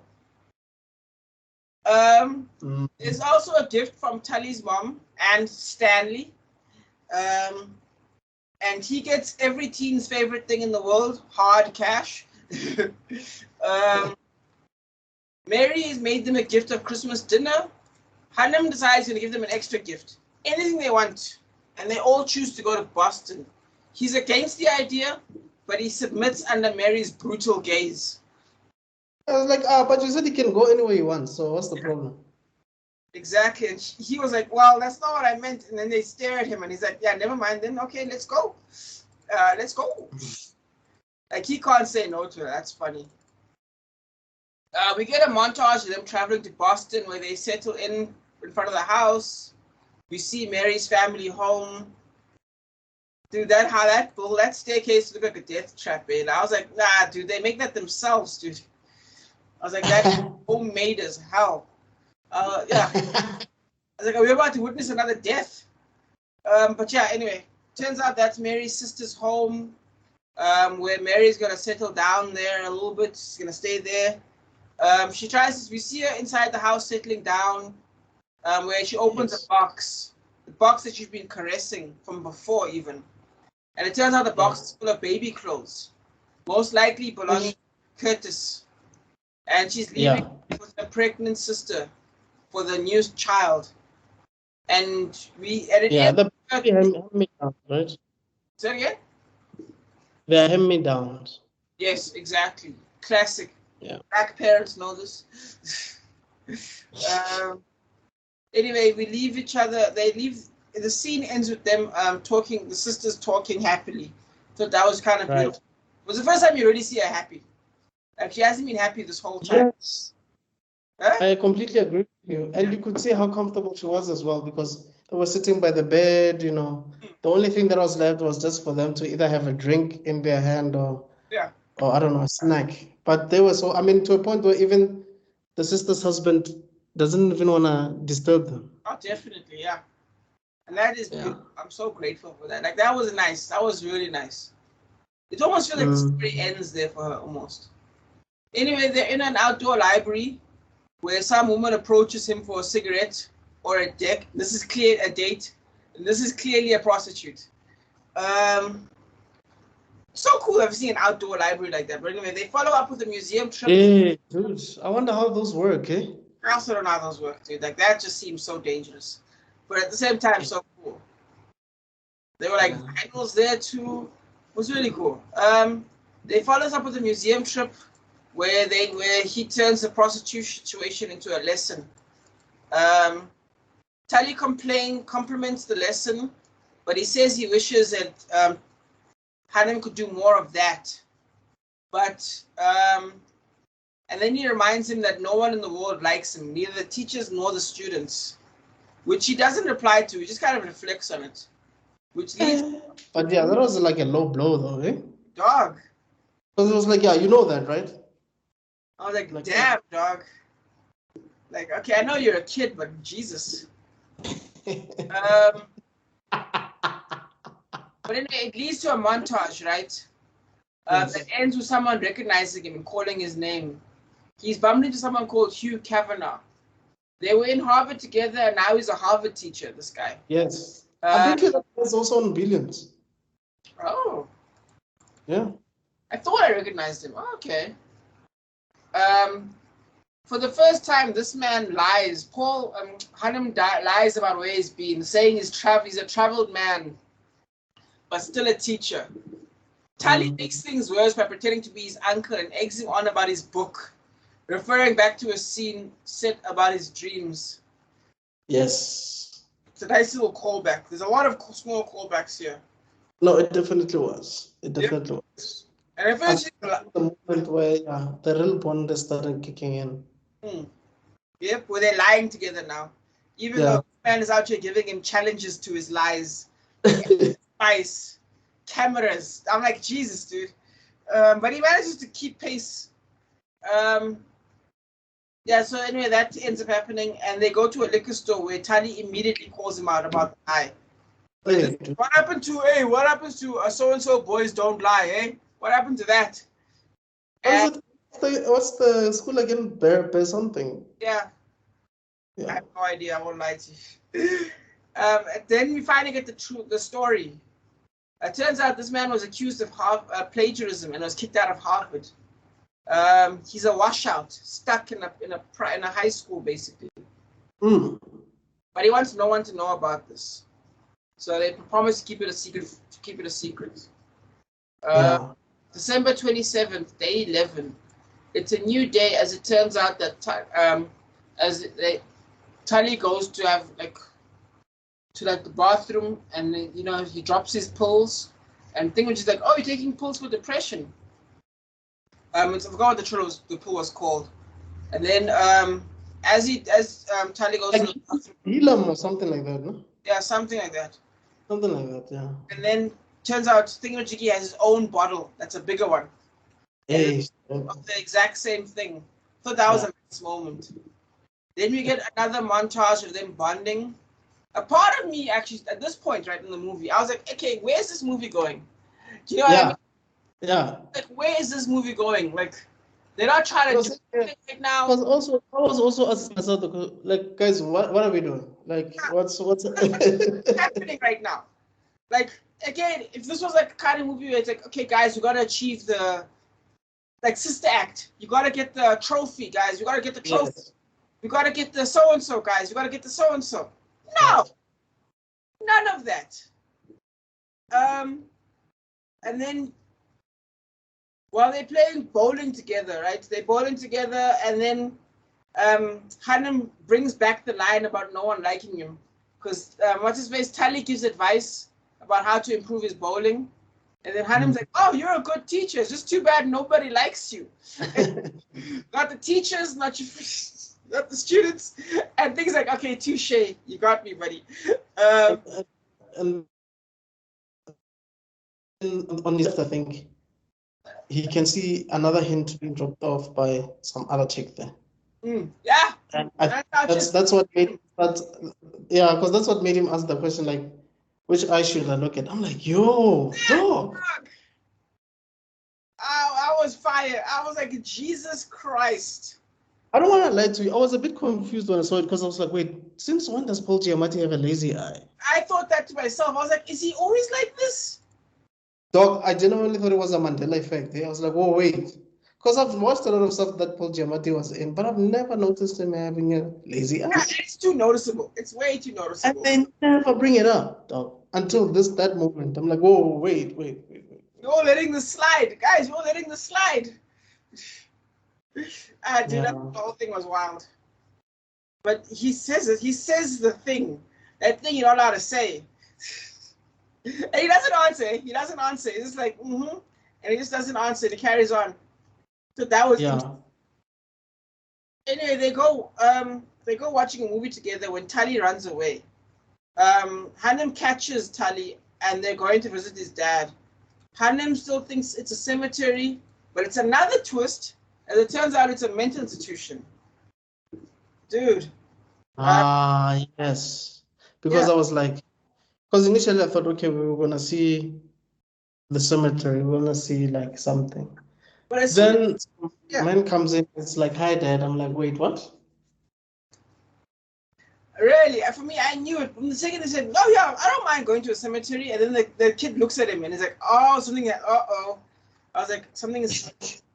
I can't get myself out of this one. It's too late. So yeah, Tully's dad is brought out. Tully goes over his entire high school career, but the dad can't absorb any of it, which just breaks Tully's heart, man. That sucked, man. That hit me, dude. And we get probably one of the best moments of the movie, in my opinion. The dark heart of the soul moment, where we're like 3/4 into the movie. Again, this movie is so weirdly directionless. Because again, in Toy Story, when you get the dark heart of the soul, right? They're like, okay, here's what we're gonna do. And then the final act happens, and then the action kicks off. You know what I mean? Like, I think this. Yeah. This goes back to what I wanted to tell you about. Like, I think the fact that they deliberately made those dates known on the screen is so that you truly get the vibe that it's only been like 11 days. You know what I'm saying? Yeah. Like in 11 days, you won't really fully figure out someone. You know, unlike some of these movies where 11 days feels like 2 years. Oh, no, definitely. But here, it's like, no, it's just 11 days. It's like trying to get used to this kid and whatever. So it's going to take time for you to get actually hit by, to you to actually, what's this? To actually have a bond with someone and understand their motives and all of that. So I think the fact that they specifically mentioned those few days is to make you understand that there's no way these guys were going to understand each other to that extent in just 11 days. There's no way. Yeah, no, definitely. It's kind of like you don't want to go full white guy goes to black school stereotype. You know what I mean? Where you teach me and I teach you Pokemon. You don't want to go full that direction. Yeah. I get what you're saying. Like, it kind of gives you a stronger timeline. But at the same time, it's like, in terms of plot, if you know what I mean. Yeah. In terms of plot, what's supposed to happen next is the final action scene happens. Yes. The movie Basic, when him and her are talking to each other and they're like, oh, yeah. But what do you think would have happened at that moment, though? Because Paul Giamatti was not with the kid when he met his dad.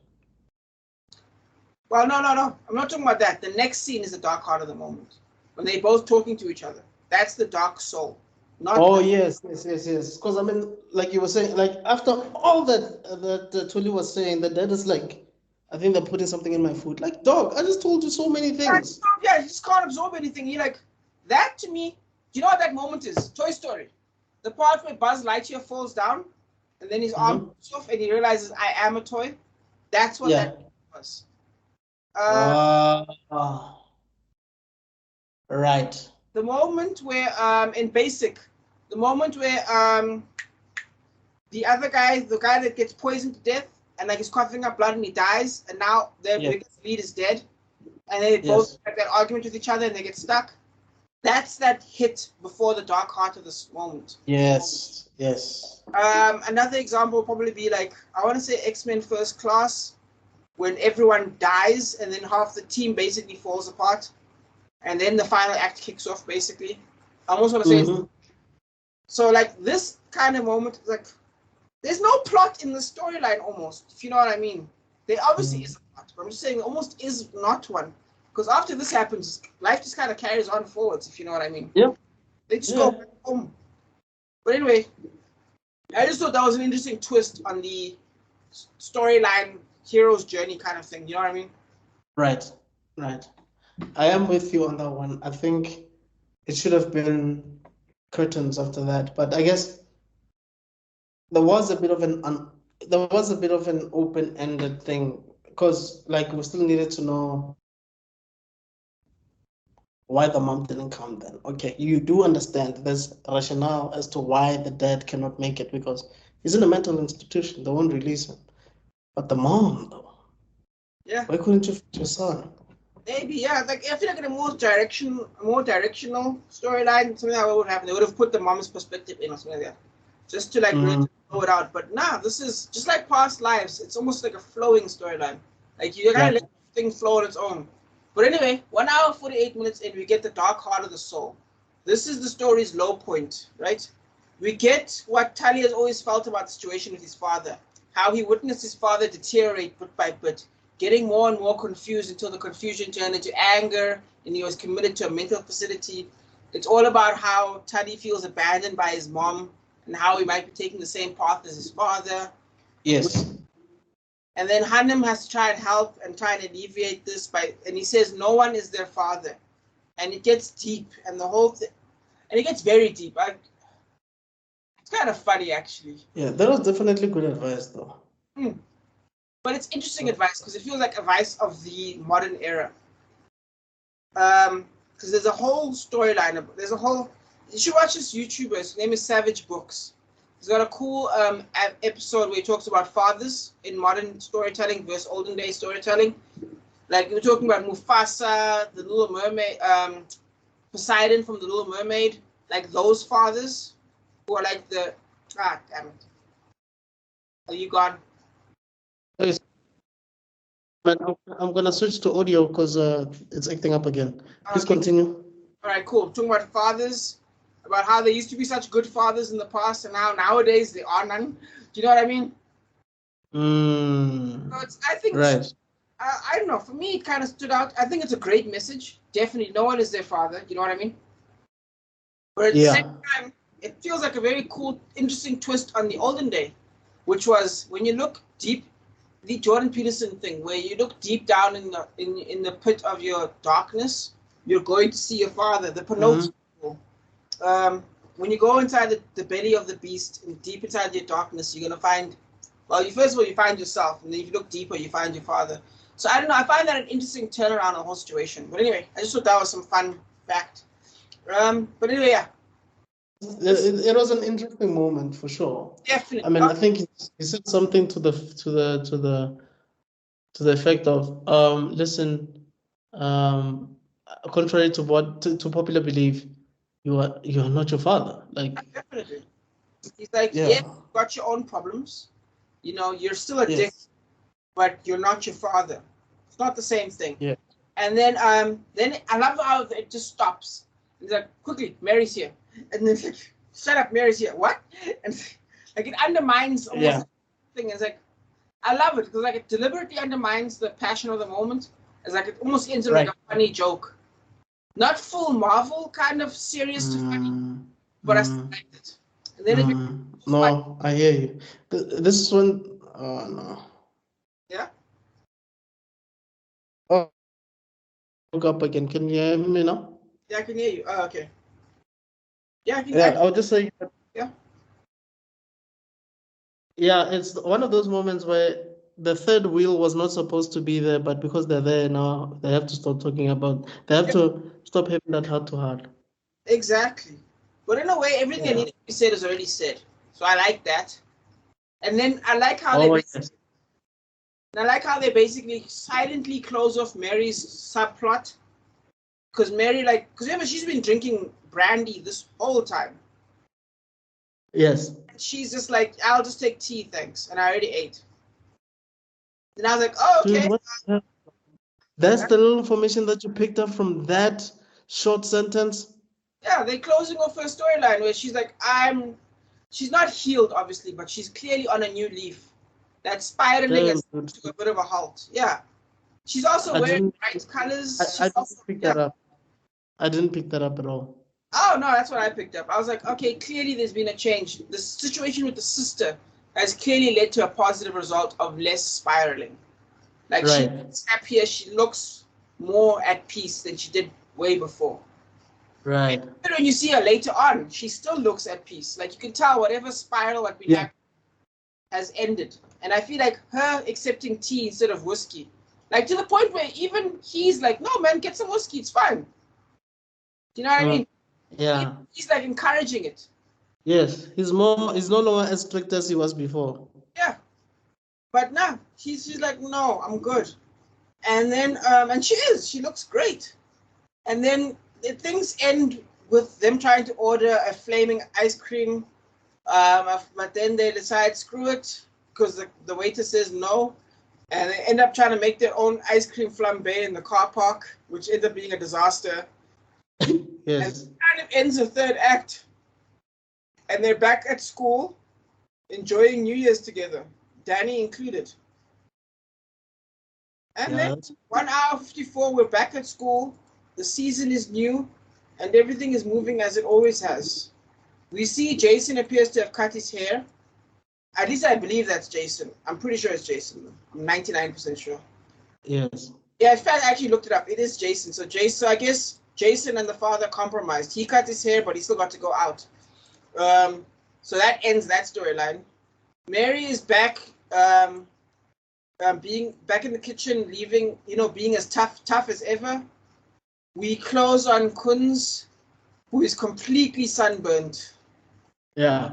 I'm like, yo, it's good to be a black man sometimes.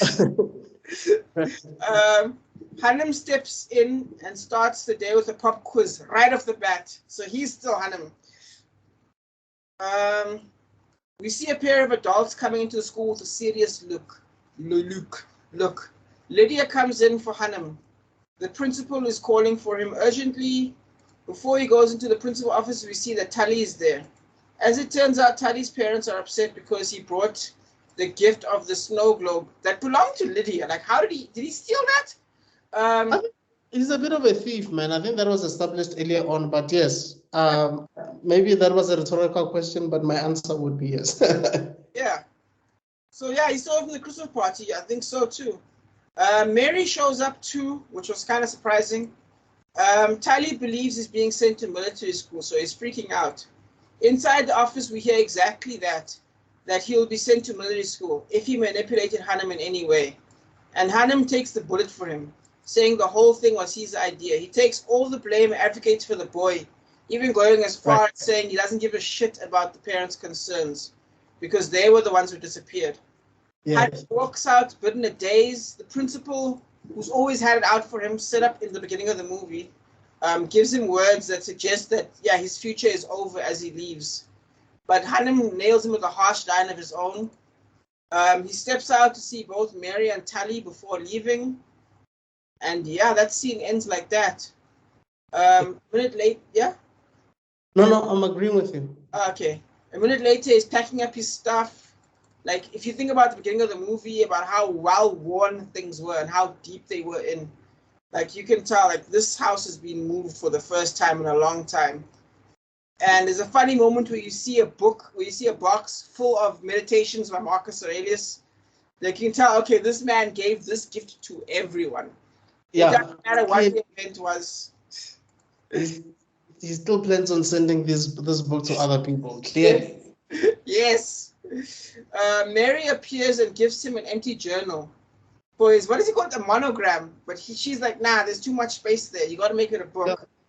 The monograph. Yes. Yes, monograph, yes. And it's like, it's an empty journal for his future travels. Next scene, 2 hours and 5 minutes in, he's packing up the trailer. Tully shows up to say goodbye. It's a beautiful moment before he leaves for class, before Tully leaves for class. And then we see him driving, then we see Hanum driving off in his U-Haul truck before he stops, takes a swig of whiskey and spits it out before leaving. I feel like I missed something there. But yeah. I don't think you're missing anything, eh? I feel like there's context to him spitting that whiskey out, like, but anyway. I was thinking about it because in my head I was like, because remember isn't that the same whiskey that the principal had? Yeah, the principal had. So it could be that he stole the whiskey, like there's a box, fuck you. Maybe that's what happened there, and it turns out the whiskey tastes like garbage, so he spat it out. I feel like that's what that could mean. Yeah, because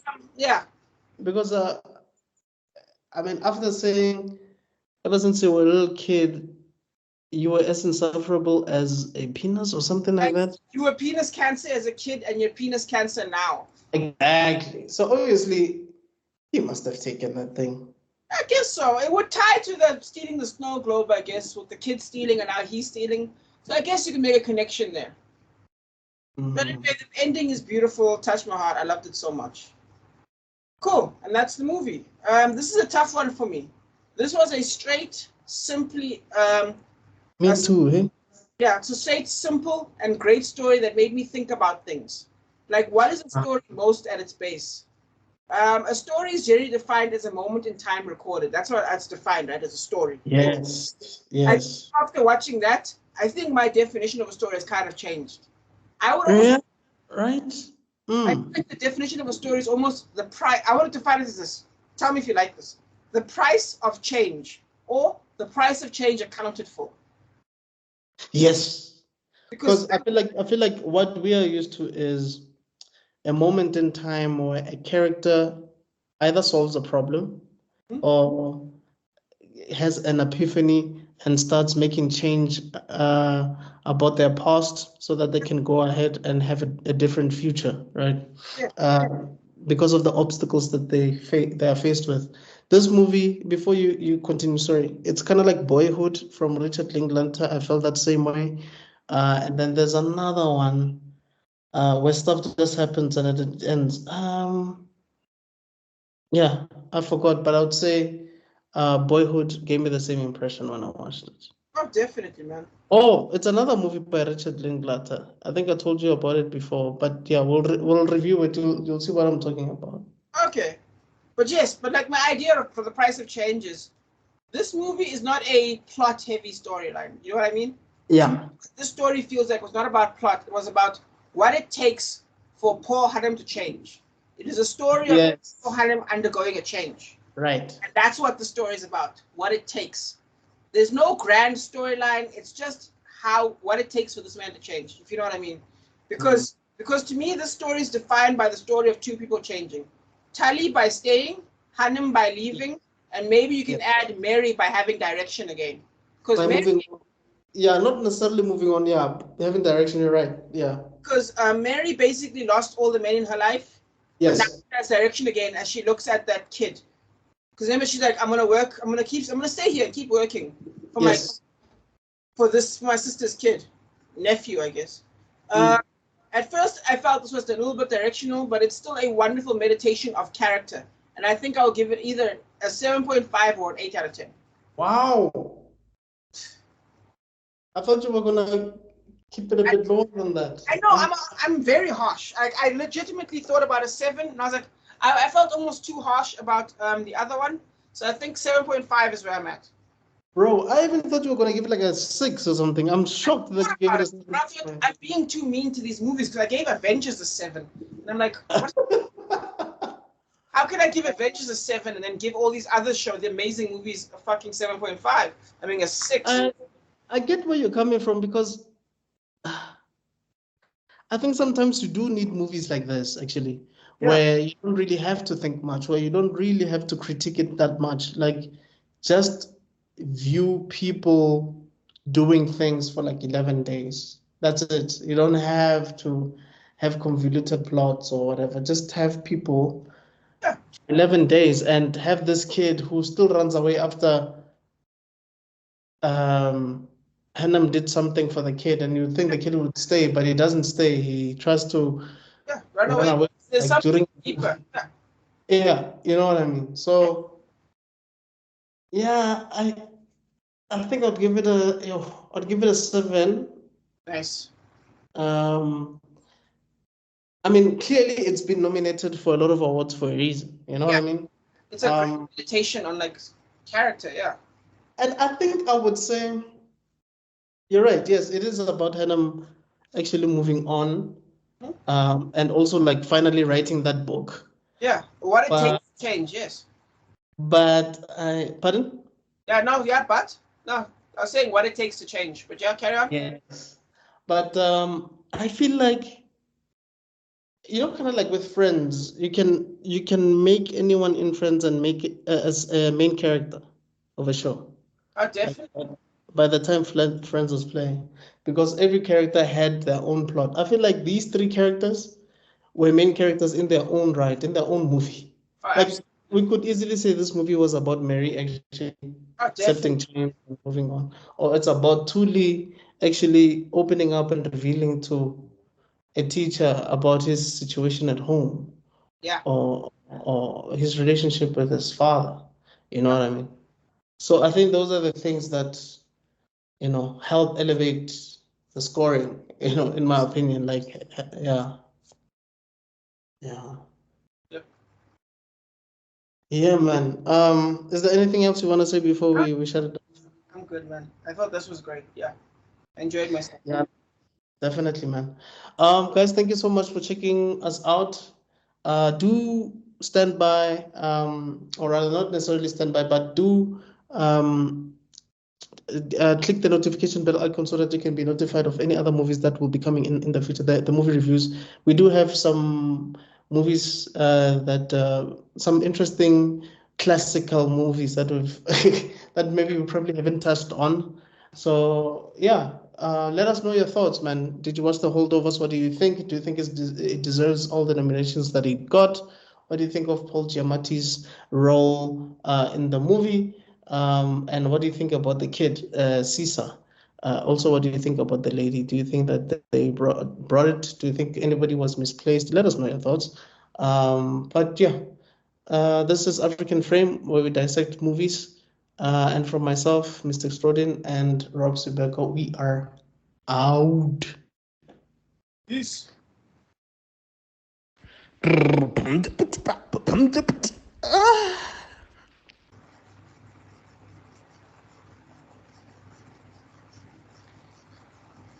can never tell which one's the one whose one is frozen.